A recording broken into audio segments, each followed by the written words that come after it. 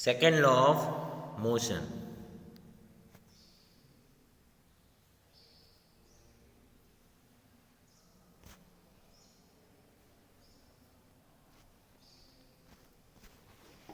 The first law of motion indicates that when an unbalanced external force acts on an object, its velocity changes. That is, the object get accelerate. Okay. In the first law, we have studied that whenever a velocity gets changed, and we know it very well. What is acceleration? A change in velocity upon time taken. Okay, time taken and what? Okay, change in velocity. Okay, the ratio of change in velocity and time, okay, is said to be a acceleration. Okay, the same way here we can see that due to which object get a accelerate. Okay, in first law we have studied that external force act on an object at that time its velocity changes, and due to which object get accelerated. Okay, now we would now like to study how the acceleration of an object depend on the force applied to it and how we measure a force. Okay, how we can able to measure a force and how it is related to acceleration. Okay, so acceleration is how depend on a force that we will study in this second law of motion. Let us recount some observation from our everyday life. In everyday life, we are doing so much activity which are related to second law of motion. Okay? During the game of table tennis, if the ball hit a player, it doesn't hurt him. Okay? Whenever we see a boy or a player playing a table tennis, at that time a ball it is hidden by the player, due to which you can see that ball hit a player, it doesn't hurt him. Okay, the player which are hitting the ball, okay, they will not get any hurt during the hitting of a ball. On the other hand, when a fast moving cricket ball hit a spectator, it may hurt him. Okay, same way if the cricket, okay, in a cricket ball is passed or get hit to the fielder, at that time we can see that fielder get hurt because of its fast ball. The truck at rest does not require any attention when parked along a roadside. Okay, whenever a truck is parked at a roadside, it doesn't require any attention. But a moving truck, even a speed as low 5 meter per second, if the truck is moving with only 5 meter per second only, okay, the speed is so minimum. So then also what we are saying that a person get killed, may kill a person standing in its path. Okay, in front of a truck, if a person is standing, and if the truck is moving only with the speed of 5 meter per second, okay, then also truck will kill that person which are standing before the truck. A small mass such as bullet may kill a person when fired from a gun. In same way, if we talk about the bullet, okay, when it is fired from the gun, it get killed to a person, okay, due to which a person get killed. This observation suggests that the impact produced by the object depend on their mass and velocity. In all these phenomena, we are seeing that mass and velocity play important role.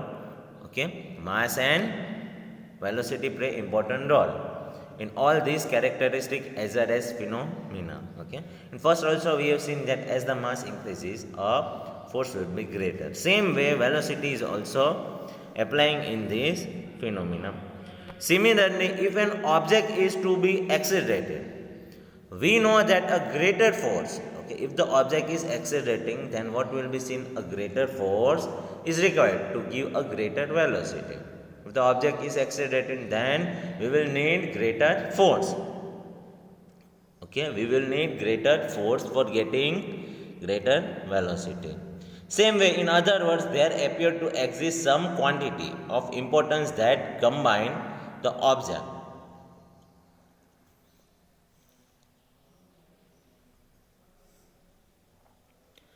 Combine the object, mass and velocity. Okay, what? Okay, combining a mass and velocity. One such property are called momentum. Okay, what? Okay, property in which we can see that a product of mass and velocity are there, or combining a mass and velocity of a object. Okay, that is said to be a momentum.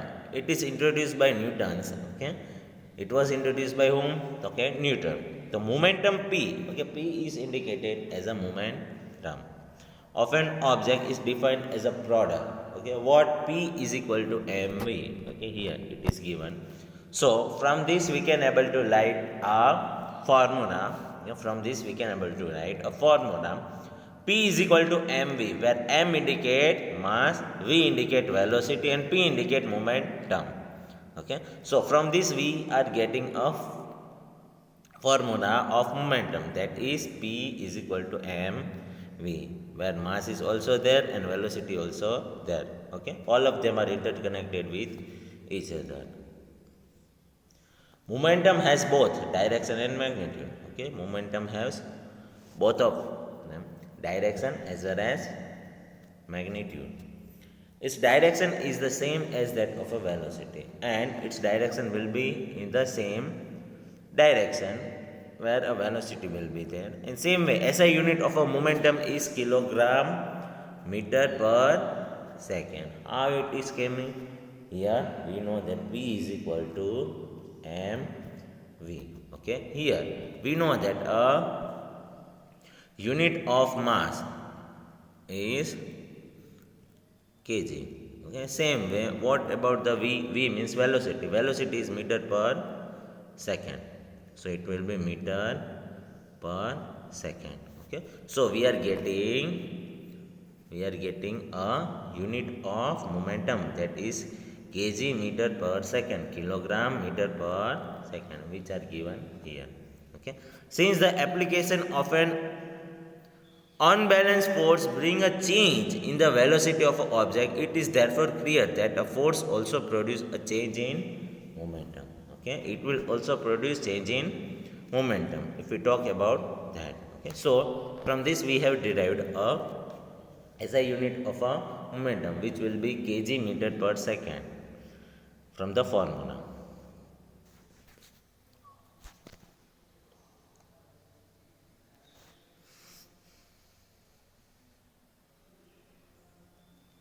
Let us consider a situation in which a car with a dead battery is to be pushed along a straight road to give a speed of 1 meter per second, which is sufficient to start its engine. Okay, if we are observing one phenomenon in which a car having a battery dead, for that we will have to push a car to getting 1 meter per second speed. Okay, then the engine will be start.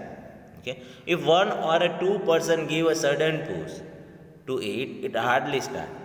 If one or a two person is giving a push, then so from this we can see that two person will give a force, but that force will be not be sufficient to move that. But a continuous push over some time result in a gradual acceleration of a car to this speed. It means that a change of momentum of a car is not only determined by the magnitude of a force, but also by the time during which the force is exerted. Okay, so in this situation they are describing that when a car having a dead battery, for starting a car we need to push a car so that its acceleration is 1 meter per second. Okay, then a battery can start. But if a two person are giving a force, for a rated bit of 2 seconds, then what will be seen? A small amount of force is given. But if the force is giving continuously up to 5 seconds, how much time? A two person are giving push. Push means what? Force. They are giving a force to a car up to how much? Let us consider as 5 to 10 seconds. Then what will be seen? A momentum will be greater. Why? The car will move greater distance as compared it is given to a 2 second. So from that we can see that change in momentum is also seen when a person is giving push up to more time period. but also by the time during which the force is exerted. It may then also be concluded that a force necessary to change the momentum of an object depend on the time rate. Okay, so change in momentum is also depend on the time rate which the momentum is changed. Okay, due to which we can see that momentum is changed. The second law of motion states that the rate of change of momentum of an object is proportional to the applied unbalanced force in the direction of the force. Okay, so this is the statement of a second law of motion, which the rate of change of a momentum of an object is directly proportional or is proportional to the applied unbalanced force in the direction of the force. Okay, so this is the second law of motion. Now the mathematical formulation of a second law of motion. Suppose an object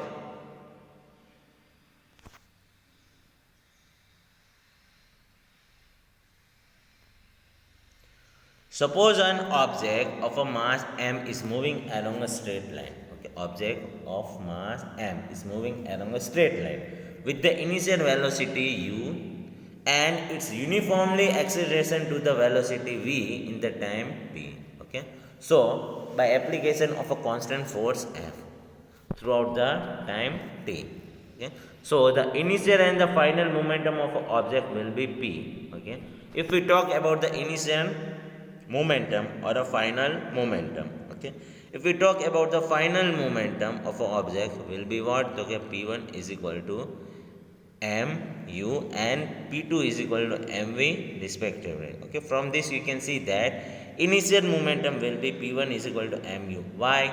Okay, it is initial momentum, so in that we have to take initial velocity and that is described by u. So p1 is equal to mu, which is our initial momentum, and same way final momentum, which is p2, it will be mv, where v is the final velocity.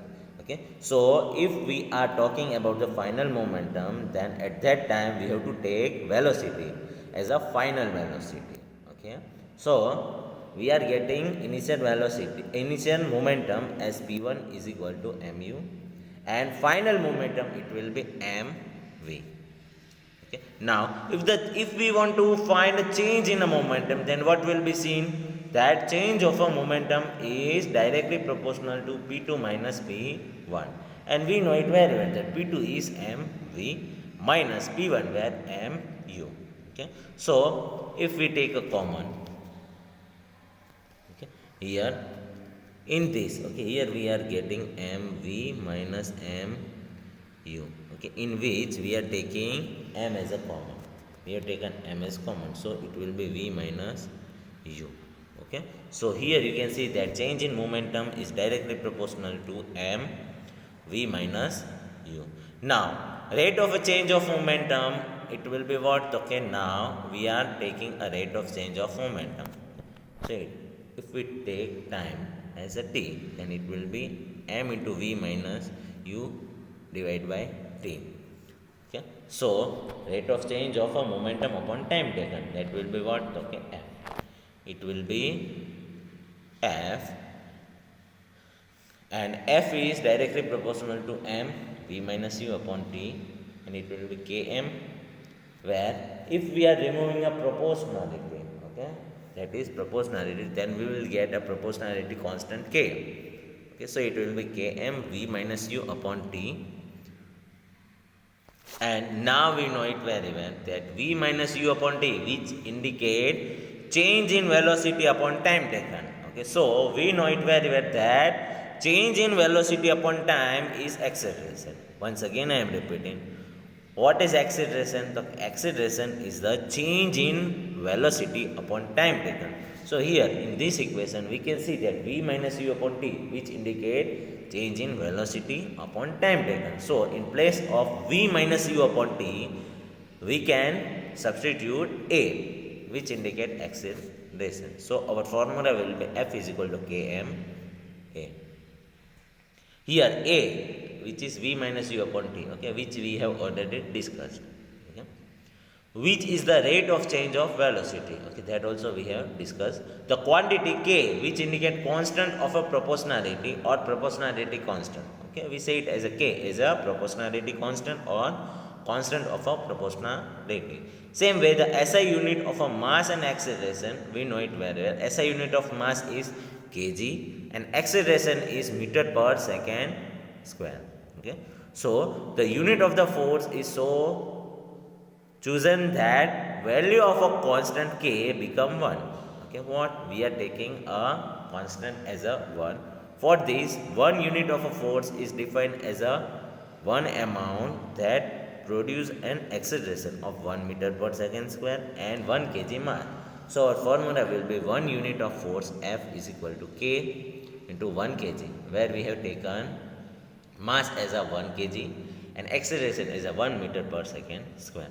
So our formula will be F is equal to ma if we take a k as a 1. Okay, so the unit of a force is kg meter per second square or Newton. Okay, the force unit will be kg meter per second square or a Newton, and Newton is symbolized by capital N. The second law of motion gives us a method to measure the force.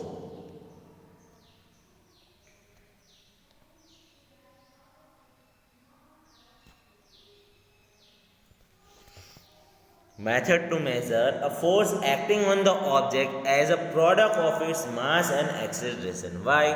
Okay, here we can see that F is equal to what? Okay, F is equal to ma. Okay, F is equal to ma here. So we have seen that second law of motion give a method to measure force. Okay, method to measure force, which is product of mass and acceleration. The second law of motion is often seen in the action in our everyday life. Okay, in everyday life we are seeing second law of motion. Have you noticed that while catching a fast moving cricket ball, okay, whenever a fielder is catching a fast moving cricket ball, at that time what we are seeing, a fielder in the ground gradually pull his hand backward with the moving ball.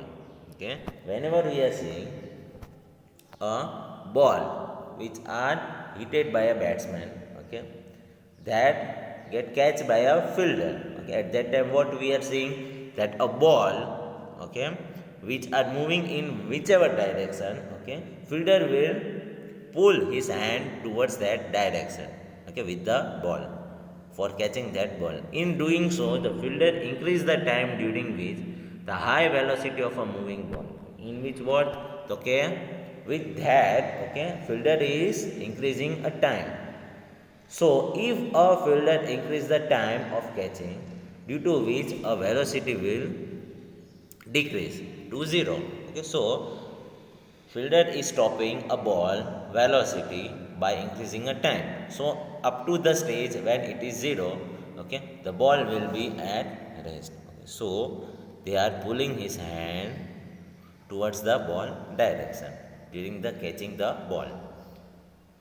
Thus the acceleration of a ball is decreased, and therefore the impact of catching the fast moving ball, okay, is also reduced. Okay, due to which we can see that fast moving ball acceleration will be decreased. If the ball is stopped suddenly, then the high velocity decrease to 0 in the very short period of time. Okay, if the instantly the ball is stopped, then what will be seen? A ball velocity are gradually decrease. Okay, the ball velocity are gradually decrease from high velocity to a 0, due to which the rate of change of momentum of a ball will be larger, and due to which the momentum of a ball will be larger, and due to which fielder has to face a heart in his palm. Therefore, a large force will be have to apply for the folding the catch that may hurt a palm of a fielder, and due to which a fielder has to face a heart in his palm in a high jump athletes. Okay, now the second example. Even the athletes are made to fall either on the cushion bed or on a sand bed. This is to increase the time of a athlete's fall to stop after making a jump. Okay, whenever athletes are jumping at that time, okay, on the another side there is a present of a bed or a sand bed, due to which whenever athletes come down or fall down at that time, athletes cannot feel any hurt. This decreases the rate of change of momentum and hence the force. Try to ponder how a karate player breaks a slab of ice with the single blow. Okay. The first law of motion can be mathematically stated from the mathematical expression for the second law of motion. Okay, here we are getting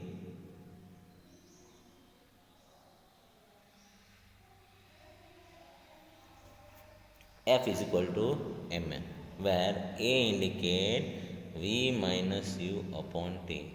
On replacing that, substituting that, we are getting F is equal to Mv minus Mu, and T will be multiplied here. So it will be Ft is equal to Mv minus Mu.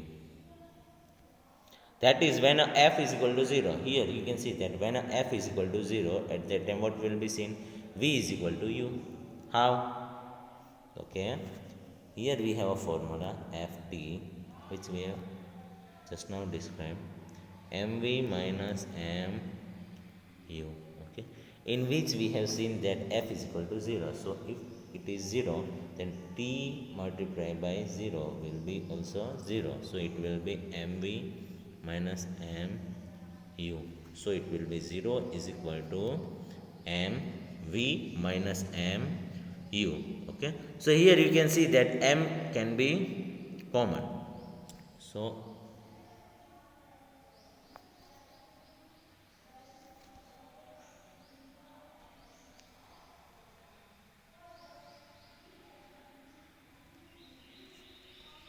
So it will be V minus Mu is equal to 0. Okay. So here V minus U is equal to 0. How? Because we have taken M as a common and it is shifted towards the right hand side, due to which 0 upon M will be 0. Okay. So V minus U is equal to 0. So our value will be V is equal to U. If we shift minus U into right hand side, it will be plus U. So we are getting V is equal to U. Okay. So for whatever time t taken, this means that the object will continue moving with the uniform velocity U throughout the time t. If the U is 0, if we are taking U as a 0, then V will be also 0. Okay. If we are taking U is equal to 0, V is also 0 because V and U are equal. That is, the object will remain rest. So the object is at a rest position. Okay. A constant force acting on an object of a mass 5 kg for a duration of a 2 seconds. It increases the object velocity from 3 meter per second to 7 meter per second. Okay. Find the magnitude of an applied force. Now, if the force was applied to the duration of 5 seconds, what will be the final velocity of an object? Okay. Here you can see that we have taken U as a 3 meter per second, V as a 7 meter per second, T as a 2 second, okay, and M as a 5 kg. Okay, we have a formula, we have substitute, and we are getting F is equal to 10 Newton. And now, if this force is applied for the duration of 5 seconds, then the final velocity of a will be V is equal to U plus Ft upon M. Okay, so V is equal to 13 meter per second. Remember the Newton's first law of motion. It says that an object will continue to do what it's doing unless acted upon by an unbalanced force or some net force. Now the important question is, what happens when there is net force acting on an object? That's precisely what the second law of motion will discuss. Do you remember understanding the first law of motion with a simple diagram? If the forces are balanced, the acceleration will be 0. In the first case, the object will continue to remain at rest, and in the second, the object will continue to stay in motion at the same velocity and in the same direction. Don't forget, these two cases will remain true only if the forces are balanced. Only if the net force is zero. Now let's try to create a similar diagram for the second case. If the forces are unbalanced, then there will be acceleration. We saw that in the previous video.